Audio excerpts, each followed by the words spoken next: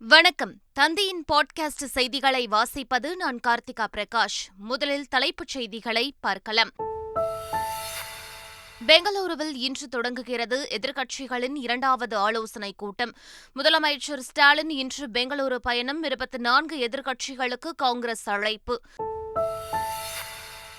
சாலை விபத்தில் சிக்கியவர்களின் உயிரை காப்பாற்றுவோருக்கு 10,000 ரூபாய் வெகுமதி. அரசாணை வெளியிட்டது தமிழ்நாடு அரசு. வாழ்க்கை முழுவதற்கும் கல்வி தேவை. கல்வியை வழங்குவதே மிகப்பெரிய செல்வம். நடிகர் சிவகுமார் கல்வி அறக்கட்டளை விருதுகள் வழங்கும் விழாவில் நடிகர் சூர்யா பேச்சு. டெல்லியில் வெள்ளத்தால் பாதிக்கப்பட்ட மக்கள் தங்கியிருக்கும் நிவாரண முகாம்களை பார்வையிட்டார் முதலமைச்சர் கெஜ்ரிவால். ஒவ்வொரு குடும்பத்திற்கும் தலா 10,000 ரூபாய் நிதி உதவி வழங்கப்படும் என அறிவிப்பு. டெல்லி அரசின் நிர்வாக பணிகள் குறித்த அவசர சட்ட விவகாரம். அவசர சட்டத்தை ஆதரிக்கப் போவதில்லை என காங்கிரஸ் திட்டவட்டம். விம்பிள்டன் டென்னிஸ் ஆடவர் ஒற்றையர் பிரிவில் முதல் முறையாக சாம்பியன் பட்டம் வென்றார் ஸ்பெயின் வீரர் அல்கராஸ். 5 செட்களாக நீடித்த ஆட்டத்தில் டென்னிஸ் ஜாம்பவான் ஜோகோவிச்சை வீழ்த்தி அபாரம். இனி விரிவான செய்திகள். எதிர்க்கட்சிகளின் இரண்டாவது கூட்டத்தில் பங்கேற்பதற்காக திமுக தலைவரும் தமிழ்நாடு முதலமைச்சருமான மு.க.ஸ்டாலின் இன்று பெங்களூரு செல்கிறார். இக்கூட்டத்தில் பங்கேற்க 24 கட்சிகளுக்கு காங்கிரஸ் கட்சி அழைப்பு விடுத்துள்ளது. இக்கூட்டத்தில் பங்கேற்பதற்காக முதலமைச்சர் ஸ்டாலின் இன்று காலை பெங்களூரு செல்கிறார். அவருடன் திமுக பொருளாளர் டி.ஆர். பாலுவும் செல்கிறார். 2 நாள் கூட்டத்தை முடித்துவிட்டு நாளை அவர் சென்னை திரும்புகிறார். கர்நாடகாவில் முதலமைச்சர் ஸ்டாலின் தனது கண்டன குரலை பதிவு செய்யாமல் வந்தால் கருப்பு சட்டை போராட்டம் நடத்தப்படும் என்று தமிழக பாஜக தலைவர் அண்ணாமலை தெரிவித்துள்ளார். மதுரையில் காமராஜர் மக்கள் கட்சி சார்பில் காமராஜர் பொற்கால ஆட்சி சாதனை மலர் வெளியீட்டு விழா நடைபெற்றது. தமிழ் மாநில காங்கிரஸ் தலைவர் ஜி.கே. வாசன், பாஜக மாநில தலைவர் அண்ணாமலை, காமராஜர் மக்கள் கட்சித் தலைவர் தமிழருவி மணியன், முன்னாள் மத்திய அமைச்சர் பொன் ராதாகிருஷ்ணன் உள்ளிட்டோர் பங்கேற்றனர். செய்தியாளர்களுக்கு கூட்டாக பேட்டியளித்த அவர்கள் பெங்களூரு கூட்டத்தில் கர்நாடக அரசுக்கு எதிராக முதலமைச்சர் ஸ்டாலின் கண்டனம் தெரிவிக்க வேண்டும் என வலியுறுத்தினார்கள். பொது சிவில் சட்டம் குறித்து இஸ்லாமியர்கள் அச்சப்பட தேவையில்லை என மத்திய இணையமைச்சர் ராம்தாஸ் அத்வாலே தெரிவித்துள்ளார். புதுச்சேரியில் செய்தியாளர்களை சந்தித்த ராம்தாஸ் அத்வாலே, பொது சிவில் சட்டமானது இஸ்லாமியர்களுக்கு எதிரானது அல்ல, அனைவருக்கும் பொதுவானது என்றார். தமிழக முதலமைச்சர் ஸ்டாலின் உள்ளிட்ட எதிர்க்கட்சித் தலைவர்கள் தங்களை பிரதமராக எண்ணிக்கொள்வதாகவும், ஆனால் மத்தியில் மீண்டும் பாஜகவே ஆட்சி அமைக்கும் எனவும் ராம்தாஸ் அத்வாலே கூறினார். கலைஞர் நூற்றாண்டு விழாவை முன்னிட்டு சென்னையில் அர்ச்சகர் மற்றும் பூசாரிகளுக்கு திமுக சார்பில் நலத்திட்ட உதவிகள் வழங்கும் நிகழ்ச்சி சென்னை வில்லிவாக்கத்தில் நடைபெற்றது. அப்போது பேசிய அமைச்சர் சேகர் பாபு, இது ஆன்மீகத்திற்கு எதிரான ஆட்சி அல்ல, அரண் சார்ந்த ஆன்மீகத்திற்கான ஆட்சி என்றார். மேலும் 4,900க்கும் மேற்பட்ட இறை சொத்துகள் மீட்கப்பட்டுள்ள நிலையில் இந்த ஆண்டு 865 கோவில்களுக்கு குடமுழுக்கு செய்யப்பட்டுள்ளதாக அவர் கூறினார். போதைப்பொருள் வழக்கில் கைதானால் மிக எளிதில் ஜாமீன் கிடைக்கும் என்ற நிலை தற்போது மாறியுள்ளதாக தெரிவித்துள்ள அமைச்சர் உதயநிதி ஸ்டாலின், போதை ஒழிப்பை மாணவர்களால் சாத்தியப்படுத்த முடியும் என்றார். சென்னையில் செய்தியாளர்களை சந்தித்த அவர் இதனை தெரிவித்தார். அரசும் காவல்துறையும் இணைந்து போதைப்பொருள் ஒழிப்புக்காக ஏராளமான உறுதியான நடவடிக்கைகளை தொடர்ந்து எடுத்து வருகின்றன. இதற்கு முன்பெல்லாம் போதைப்பொருள் வழக்கில் கைதானால் மிக எளிதாக ஜாமீன் கிடைக்கும் என்ற இந்த நிலை இருந்தது. ஆனால் தற்பொழுது அரசினுடைய முயற்சியால் அப்படி இருந்த நிலை முற்றிலும் மாறியுள்ளது. போதை ஒழிப்பை அரசால் மட்டும் சாத்தியப்படுத்த முடியாது. மக்கள், உங்களை போன்ற மாணவர்கள், இது போன்ற இயக்கங்கள் என அனைவரும் சேர்ந்தே இந்த பணியை செய்து முடிக்க முடியும். கல்லூரி செல்லும் மாணவர்கள், பள்ளி செல்லும் மாணவர்கள் என அனைத்து தரப்பினரும் போதையின் பாதைக்கு செல்லாமல் இருக்க நாம் அனைவரும் ஒருங்கிணைந்து செயல்படுவோம். போதைப் பொருட்களை தடுப்பதற்கு சட்டங்கள் இருந்தும் தடுக்க முடியவில்லை என விடுதலை சிறுத்தைகள் கட்சியின் தலைவர் தொல் திருமாவளவன் தெரிவித்துள்ளார். சென்னையில் செய்தியாளர்களை சந்தித்த அவர், போதைப் பொருட்கள் வியாபாரம் மாஃபியாக்களின் கைகளில் சிக்கி உள்ளது என கூறினார். போதைப் பொருள் வியாபாரம் என்பது உலகளாவிய மாஃபியாக்களின் கைகளில் சிக்கியிருக்கிறது. அனைத்து வகையான போதைகளையும் கட்டுப்படுத்த வேண்டிய, அழித்தொழிக்க வேண்டிய தேவை இருக்கிறது. மது மட்டுமல்ல, புகையிலை மட்டுமல்ல, போதை மாத்திரைகள், இன்னும் பல வகையான போதை பொருட்கள் இன்றைக்கு பரவலாக வெகு மக்களிடையே புழக்கத்தில் இருக்கிறது. பள்ளி வாசல்களில் கஞ்சா கிடைக்கிறது, குப்பங்களில் பிரவுன் சுகர் கிடைக்கிறது. சாலை விபத்தில் சிக்கியவர்களின் உயிரை காப்பாற்றுவோருக்கு 10,000 ரூபாய் வெகுமதி அளிக்க உத்தரவிட்டு தமிழ்நாடு அரசு அரசாணை வெளியிட்டுள்ளது. வெகுமதி பெற தகுதியானவர்கள் குறித்த பரிந்துரையை மாதந்தோறும் போக்குவரத்து ஆணையரகத்துக்கு மாவட்ட நிர்வாகம் அனுப்பி வைக்க வேண்டும் என்றும் தெரிவிக்கப்பட்டுள்ளது. இத்திட்டம் 2026ஆம் ஆண்டு மார்ச் 31ஆம் தேதி வரை அமலில் இருக்கும் என்றும் அரசாணையில் தெரிவிக்கப்பட்டுள்ளது. வாழ்க்கை முழுவதும் கல்வி தேவை என்றும் கல்வி மூலமாகவே வாழ்க்கையை பயில வேண்டும் என்றும் நடிகர் சூர்யா தெரிவித்துள்ளார். நடிகர் சிவகுமார் கல்வி நிலையம் மற்றும் அறக்கட்டளை விருதுகள் வழங்கும் நிகழ்ச்சி அகரம் ஃபவுண்டேஷன் சார்பில் சென்னை வடபழனியில் நடைபெற்றது. இதில் 12ஆம் வகுப்பில் அதிக மதிப்பெண் பெற்ற நலிவடைந்த குடும்பத்தைச் சேர்ந்த மாணவர்களுக்கு விருது மற்றும் உதவித்தொகை வழங்கப்பட்டது. இந்நிகழ்ச்சியில் நடிகர்கள் சிவகுமார், சூர்யா, கார்த்தி உள்ளிட்ட பலர் பங்கேற்றனர். நிகழ்ச்சியில் பேசிய நடிகர் சூர்யா வாழ்க்கை முழுவதும் கல்வி தேவை என்றார். முன்னதாக பேசிய நடிகர் கார்த்தி ஒருவர் படித்தால் ஒரு தலைமுறையை நன்றாக இருக்கும் என கூறினார். கல்வி மூலமா வாழ்க்கையை படிங்க, வாழ்க்கை மூலமா கல்வியை படிங்க, வாழ்க்கை முழுவதும் கல்வி ரொம்ப ரொம்ப தேவைன்னு சொல்லுவேன். ஏன்னா சமூகத்தில் ஏகப்பட்ட ஏற்றத்தாழ்வுகள் இருக்குது. சாதி மதம் எல்லாத்தையும் கடந்து எப்படி நம்ம வாழ்க்கையை பார்க்க போகிறோம். வெறும் மார்க் மட்டுமே கிடையாது வாழ்க்கை. அதை தாண்டி வாழ்க்கையை எப்படி புரிஞ்சுக்கலாம், தொழிலுக்கும் சுற்றி இருக்கிற அறிவியலுக்கும் வாழ்க்கைக்கும் என்ன சம்மந்தம் இருக்குங்கிறத சொல்லிக் கொடுக்கறது கல்வி. நெகட்டிவிட்டி தவிர்க்கவே முடியாது, அது பிரைமல் கேரக்டர். பட் எப்படி மனிதம் உயருது அப்படின்னா, நான் சொன்ன மாதிரி அந்த எம்பத்தி, இன்னொருத்தங்களோட உணர்வோடு சேர்ந்து இருக்கும்போது, ஒரு லார்ஜ் ஹார்ட்டடாக இருக்கும்போது அந்த சூழலே ரொம்ப அழகாக மாறும். அது எல்லா மாணவர்கள்கிட்டையும் நான் பார்க்குறேன். 5200 மாணவர்கள் இப்போ அகரம்ல இருக்காங்கன்னா அவங்க எல்லாருமே ஒரு இடத்துல அந்த மாற்றத்தை பண்ணிட்டு இருக்காங்க அப்படிங்கிறத நான் நிச்சயமாக சொல்ல முடியும், நிச்சயமாக உணர முடியும். ஏழை எளிய மக்களின் கல்விக்காக அக்கறையோடு செயல்பட்டு வருவதாக நடிகர் சூர்யாவுக்கு முதலமைச்சர் ஸ்டாலின் பாராட்டு தெரிவித்துள்ளார். ஓய்வு பெற்ற நீதியரசர் சந்துருவை இயக்குநராக கொண்டு ஆரம்பிக்கப்பட்டுள்ள சத்யதேவ் சட்ட அகாடமியை முதலமைச்சர் மு.க.ஸ்டாலின் தொடக்கி வைத்தார். பின்னர் இது தொடர்பாக தனது டுவிட்டர் பக்கத்தில் முதலமைச்சர் ஸ்டாலின் ஏழை எளிய மக்களின் கல்விக்காக உள்ளார்ந்த அக்கறையோடு தொடர்ச்சியாக செயல்பட்டு வரும் அன்புக்குரிய தம்பி சூர்யாவின் பங்களிப்பை பாராட்டுவதாக தெரிவித்துள்ளார். நீதியரசர் சந்துருவுக்கும் ஜெய்பீம் திரைப்படத்திற்கு பிறகும் சமூக அக்கறையோடு செயல்பட்டு வரும் சூர்யா, ஞானவேல் ஆகியோருக்கு வாழ்த்துக்களை தெரிவிப்பதாகவும் முதலமைச்சர் ஸ்டாலின் கூறியுள்ளார். பாமக இல்லையென்றால் தமிழக அரசு 500 மதுக்கடைகளை மூடி இருக்காது என்று அக்கட்சியின் தலைவர் அன்புமணி ராமதாஸ் தெரிவித்துள்ளார். சென்னை மயிலாப்பூரில் நடைபெற்ற பாமக பொதுக்கூட்டத்தில் பேசிய அன்புமணி ராமதாஸ், அடுத்த சட்டப்பேரவைத் தேர்தலில் ஒரே ஒரு முறை தங்களுக்கு வாய்ப்பளிக்க வேண்டும் எனவும் கோரிக்கை விடுத்தார். முன்னாள் முதலமைச்சர் கருணாநிதியால் இயற்றப்பட்ட சங்கத்தமிழ் நூல் ஜெர்மன் மற்றும் பிரெஞ்சு மொழிகளில் மொழிபெயர்ப்பு செய்யும் பணிகள் நடைபெற்று வருவதாக அமைச்சர் சாமிநாதன் தெரிவித்துள்ளார்.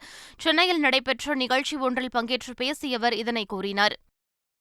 தேசிய அளவில் பாஜகவை தோற்கடிக்க வேண்டும் என்ற ஒரே நோக்குடன் எதிர்க்கட்சிகள் ஒன்றிணைந்துள்ளதாக மார்க்சிஸ்ட் கம்யூனிஸ்ட் அரசியல் தலைமை குழு உறுப்பினர் ஜி. ராமகிருஷ்ணன் தெரிவித்துள்ளார். நெல்லையில் செய்தியாளர்களிடம் பேசிய அவர், மணிப்பூரில் கலவரத்தை கட்டுப்படுத்த பிரதமர் முயற்சிக்கவில்லை என்றும் குற்றம் சாட்டினார். ஆடி மாத பிறப்பை ஒட்டி காஞ்சிபுரம் காமாட்சியம்மன் கோவிலில் தங்கத்தேர் உற்சவம் வெகு விமர்சையாக நடைபெற்றது. அதில் சுற்றுவட்டார பகுதிகளைச் சேர்ந்த ஏராளமானோர் பங்கேற்று சுவாமி தரிசனம் செய்தனர். உலக புகழ்பெற்ற தஞ்சை பெரிய கோவிலில் 250க்கும் மேற்பட்ட சிவனடியார்கள் உழவார பணியில் ஈடுபட்டனர். இந்து ஆலயங்களை சுத்தப்படுத்தும் இறைப்பணி மன்றம் சார்பில் பெரிய கோவில் வளாகத்திலிருந்த தேவையற்ற குப்பைகளை அகற்றி சிவனடியார்கள் தூய்மை பணி மேற்கொண்டனர். மேலும் பிளாஸ்டிக் ஒழிப்பை வலியுறுத்தும் வகையில் பக்தர்களுக்கு துணிப்பைகள் வழங்கப்பட்டு விழிப்புணர்வு ஏற்படுத்தப்பட்டது. வீட்டு மின் இணைப்புகளில் ஆண்டுக்கு 3600 யூனிட்டுக்கு மேல் மின்சாரம் பயன்படுத்தினால் வர்த்தக கட்டணம் வசூலிக்கப்படும் என சமூக வலைதளங்களில் பரவும் தகவல்கள் உண்மையில்லை என தமிழ்நாடு மின் வாரியம் தெரிவித்துள்ளது. தமிழகத்தில் 9,92,601 பேர் மட்டுமே 3600 யூனிட்டுக்கு மேல் மின்சாரம் பயன்படுத்துகின்றனர் எனவும், இது மொத்த வீட்டு இணைப்புகளில் 4.08% என்றும் தமிழ்நாடு மின்சார வாரியம் தெரிவித்துள்ளது. சுங்கச்சாவடி கட்டணத்தை ரத்து செய்தால் தமிழ்நாட்டில் தக்காளி விலை உயர்வை கட்டுப்படுத்த முடியும் என வணிகர் சங்க பேரமைப்பு தலைவர் விக்ரமராஜா தெரிவித்துள்ளார். டோல் கட்டணத்தால் 1 கிலோ காய்கறிக்கு 10 ரூபாய் உயர்வதால் உணவுப் பொருட்களுக்கு டோல் இலவசம் என அறிவிக்க வேண்டும் என்று வலியுறுத்தியுள்ளார். மேலும் காய்கறி சேமிப்பு கிடங்குகளை அரசு உருவாக்க வேண்டும் என்றும், இதன் மூலம் காய்கறி விலையை கட்டுப்படுத்த முடியும் என்றும் விக்ரமராஜா நம்பிக்கை தெரிவித்துள்ளார். போதைப்பொருள் பழக்கத்திலிருந்து மாணவர்களை மீட்கும் வகையில் காவலர்கள் செயல்பட வேண்டும் என புதுச்சேரி முதலமைச்சர் ரங்கசாமி தெரிவித்துள்ளார். கம்பன் கலையரங்கில் நடைபெற்ற நிகழ்ச்சியில் உரையாற்றிய முதலமைச்சர், காவல்துறை தேர்வில் அரசியல் தலையீடு இல்லை என்றும், திறமை இருந்தால் படித்த இளைஞர்களுக்கு அரசு பணி கிடைக்கும் எனவும் கூறினார். காவலர்களுக்கு என சர்வதேச அளவில் நீச்சல் குளம் கட்டுவதற்கு நிதி ஒதுக்கப்படும் என்றும், காவல்துறையை நவீனப்படுத்த நடவடிக்கை எடுக்கப்பட்டு வருவதாகவும் ரங்கசாமி தெரிவித்துள்ளார். தலைநகர் டெல்லியில் வெள்ளத்தால் பாதிக்கப்பட்ட ஒவ்வொரு குடும்பத்திற்கு தலா 10,000 ரூபாய் நிவாரணம் வழங்கப்படும் என்று முதலமைச்சர் அரவிந்த் கெஜ்ரிவால் அறிவித்துள்ளார். ஆதார் அட்டை போன்ற ஆவணங்கள் அடித்து செல்லப்பட்டவர்களுக்கு சிறப்பு முகாம்கள் நடத்தப்படும் என்றும், உடைகள், புத்தகங்களை இழந்த குழந்தைகளுக்கு அவை பள்ளிக்கூடங்கள் மூலம் வழங்கப்படும் என்றும் கெஜ்ரிவால் தெரிவித்துள்ளார். டெல்லி அரசின் நிர்வாக பணிகள் குறித்த அவசர சட்ட விவகாரத்தில் ஆம் ஆத்மி அரசை ஆதரிக்க காங்கிரஸ் முடிவு செய்துள்ளது. டெல்லி அரசின் அதிகாரத்தை குறைக்கும் வகையில் மத்திய அரசு அவசர சட்டம் கொண்டு வந்துள்ளது. இதற்கு எதிர்ப்பு தெரிவித்து டெல்லி முதலமைச்சர் அரவிந்த் கெஜ்ரிவால் எதிர்க்கட்சித் தலைவர்களை சந்தித்து ஆதரவு கோரினார். இவ்விவகாரத்தில் காங்கிரஸ் கட்சி தங்களை ஆதரிக்காது குறித்து பாட்னாவில் நடந்த கூட்டத்தில் கெஜ்ரிவால் அதிருப்தி தெரிவித்தார். எதிர்க்கட்சிகளின் 2வது ஆலோசனைக் கூட்டம் பெங்களூருவில் நடைபெறவுள்ள நிலையில் டெல்லி அரசு நிர்வாக பணிகள் தொடர்பான அவசர சட்ட விவகாரத்தில் ஆதரவு அளிக்க காங்கிரஸ் முடிவு செய்துள்ளது. இச்சட்டத்தை பொறுத்தவரை தங்களது நிலைப்பாடு மிகவும் தெளிவாக உள்ளதாகவும், அதை நாங்கள் ஆதரிக்கப் போவதில்லை என்றும் அக்கட்சியின் பொதுச் செயலாளர் KC வேணுகோபால் தெரிவித்துள்ளார். இது ஒரு நல்ல முன்னேற்றம் என ஆம் ஆத்மி கருத்து தெரிவித்துள்ளது. மகாராஷ்டிர துணை முதலமைச்சர் அஜித் பவார் மற்றும் அமைச்சர்கள் சிலர் தேசியவாத காங்கிரஸ் தலைவர் சரத் பவாரை திடீரென சந்தித்து பேசியது மராட்டிய அரசியலில் பரபரப்பை ஏற்படுத்தியுள்ளது. மும்பையில் உள்ள OP சவான் மைதானத்தில் சரத் பவாரை அஜித் பவார், பிரபுல் பட்டேல் மற்றும் அமைச்சர்கள் சிலர் சந்தித்து பேசினர். பின்னர் செய்தியாளர்களிடம் பேசிய அஜித் பவார் அணி மூத்த தலைவர் பிரபுல் பட்டேல் சரத் பவாரிடம் ஆசீர்வாதத்தை பெற்று தேசியவாத காங்கிரஸ் ஒரே கட்சியாக நீடிக்க வேண்டும் என்று தங்களது விருப்பத்தை தெரிவித்ததாக கூறினார். அவருடைய வழிகாட்டுதலை பெற சென்றதாகவும், சரத் பவார் எந்த எதிர்வினையும் தெரிவிக்காமல் தங்களது கருத்துக்களை கேட்டதாகவும் அவர் கூறினார். அமெரிக்காவின் அலாஸ்கா மாகாணத்தில் சக்தி வாய்ந்த நிலநடுக்கம் ஏற்பட்டுள்ளது. ரிக்டர் அளவுகோலில் நிலநடுக்கம் 7.4 பதிவானதாக அமெரிக்க புவியியல் ஆய்வு மையம் தெரிவித்துள்ளது. இந்த நிலநடுக்கமானது 9.3 கிலோமீட்டர் ஆழத்தில் பதிவாகியுள்ளது. அலாஸ்காவில் கடந்த 1964 ஆண்டு மார்ச் மாதம் சக்தி வாய்ந்த நிலநடுக்கம் ரிக்டர் அளவுகோலில் 9.2 பதிவானது. வட அமெரிக்காவில் பதிவான சக்தி வாய்ந்த நிலநடுக்கம் இதுவாகும். ராயல் சேலஞ்சர்ஸ் பெங்களூரு அணியின் தலைமை பயிற்சியாளர் பொறுப்பிலிருந்து சஞ்சய் பங்கர் நீக்கப்பட்டுள்ளதாக தகவல் வெளியாகியுள்ளது. ராயல் சேலஞ்சர்ஸ் பெங்களூரு அணியின் தலைமை பயிற்சியாளர் பொறுப்பிலிருந்து சஞ்சய் பங்கரும், அந்த அணியின் கிரிக்கெட் செயல்பாடுகளுக்கான இயக்குநர் பொறுப்பிலிருந்து மைக் ஹெசனும் நீக்கப்பட்டுள்ளதாக தகவல் வெளியாகியுள்ளது. பெங்களூரு அணிக்கு புதிய பயிற்சியாளர்களை அணி நிர்வாகம் தேடி வருவதாகவும் கூறப்படுகிறது. 24வது ஆசிய தடகள சாம்பியன்ஷிப் போட்டியில் 27 பதக்கங்களை வென்று இந்தியா பதக்கப்பட்டியலில் 3வது இடத்தை பிடித்துள்ளது. 24வது ஆசிய தடகள சாம்பியன்ஷிப் போட்டி தாய்லாந்து தலைநகர் பாங்காக்கில் நடைபெற்றது. போட்டியின் இறுதி நாளில் ஆடவர் 800 மீட்டர் ஓட்டத்தில் இந்தியாவின் கிரிஷன் குமார் வெள்ளி வென்றார். இந்தியாவின் சந்தா வெள்ளி வென்ற நிலையில் மகளிர் 5000 மீட்டர் ஸ்டீஃபில் சேஸில் ஃபரூல் சௌத்ரி வெள்ளியும் அங்கிதா வெண்கலமும் வென்றனர். மொத்தமாக 6 தங்கம், 12 வெள்ளி, 9 வெண்கல பதக்கங்களை வென்ற இந்தியா பதக்கப்பட்டியலில் 3வது இடத்தை பிடித்துள்ளது. விம்பிள்டன் டென்னிஸ் ஆடவர் ஒற்றையர் பிரிவில் முதல் முறையாக ஸ்பெயின் வீரர் அல்கராஸ் சாம்பியன் பட்டம் வென்றார். 5 செட்களாக நீடித்த ஆட்டத்தில் டென்னிஸ் ஜாம்பவான் ஜோகோவிச்சை வீழ்த்தி அவர் சாதனை படைத்துள்ளார். தமிழகத்தில் ஓரிரு இடங்களில் மழைக்கு வாய்ப்புள்ளதாக சென்னை வானிலை ஆய்வு மையம் அறிவித்துள்ளது. தமிழ்நாடு, புதுச்சேரி மற்றும் காரைக்கால் பகுதிகளில் ஓரிரு இடங்களில் இடி மின்னலுடன் கூடிய லேசானது முதல் மிதமான மழை பெய்யக்கூடும் எனவும், சென்னை மற்றும் புறநகர் பகுதிகளில் அடுத்த 48 மணி நேரத்திற்கு நகரின் ஒரு சில பகுதிகளில் இடி மின்னலுடன் கூடிய லேசான மழை பெய்ய வாய்ப்புள்ளதாகவும் வானிலை ஆய்வு மையம் தெரிவித்துள்ளது. மாக்ஸா அமினி என்ற இளம்பெண் உயிரிழப்புக்கு பிறகு ஈரானில் விதிக்கப்பட்ட ஆடை கட்டுப்பாடுகளுக்கு விலக்கு அளிக்கப்பட்டிருந்தது. இந்நிலையில் ஈரானில் மீண்டும் ஆடை கட்டுப்பாடு அமல்படுத்தப்பட்டுள்ளதாக தகவல் வெளியாகியுள்ளது. ஹிஜாப் விதிமுறைகளில் நிபுணத்துவம் பெற்ற போலீசார் தற்போது ஈரான் வீதிகளில் ரோந்து பணியில் ஈடுபட தொடங்கியுள்ளனர். ஆடை கட்டுப்பாடுகளை மீறுவோர் கைது செய்யப்படுவார்கள் என அவர்கள் எச்சரிக்கை விடுத்துள்ளனர். யுக்ரைன் உணவு தானியங்களை ஏற்றி செல்வதற்கான கருங்கடல் ஒப்பந்தம் இன்றுடன் முடிவடைகிறது. போர் பதற்றத்திற்கு பிறகு யுக்ரைனிலிருந்து உலக நாடுகளுக்கு ஏற்றுமதி செய்யப்படும் உணவு தானியம் ஏற்றுமதி செய்யப்படாமல் தடுக்கப்பட்டது. அதனைத் தொடர்ந்து ஐக்கிய நாடுகள் சபை பேச்சுவார்த்தை நடத்தி உக்ரைன் மற்றும் ரஷ்யாவின் உணவு தானியங்களை உலக நாடுகளுக்கு ஏற்றுமதி செய்ய ஒப்பந்தம் மேற்கொள்ளப்பட்டது. 120 நாட்களுக்கு ஒருமுறை நீட்டிக்கப்பட்டு வந்த உணவு தானிய ஒப்பந்தம் இன்றுடன் முடிவடைகிறது. மீண்டும் தலைப்புச் செய்திகள். பெங்களூருவில் இன்று தொடங்குகிறது எதிர்க்கட்சிகளின் 2வது ஆலோசனைக் கூட்டம். முதலமைச்சர் ஸ்டாலின் இன்று பெங்களூரு பயணம். 24 எதிர்க்கட்சிகளுக்கு காங்கிரஸ் அழைப்பு. சாலை விபத்தில் சிக்கியவர்களின் உயிரை காப்பாற்றுவோருக்கு 10,000 ரூபாய் வெகுமதி. அரசாணை வெளியிட்டது தமிழ்நாடு அரசு. வாழ்க்கை முழுவதற்கும் கல்வி தேவை. கல்வியை வழங்குவதே மிகப்பெரிய செல்வம். நடிகர் சிவக்குமார் கல்வி அறக்கட்டளை விருதுகள் வழங்கும் விழாவில் நடிகர் சூர்யா பேச்சு. டெல்லியில் வெள்ளத்தால் பாதிக்கப்பட்ட மக்கள் தங்கியிருக்கும் நிவாரண முகாம்களை பார்வையிட்டார் முதலமைச்சர் கெஜ்ரிவால்.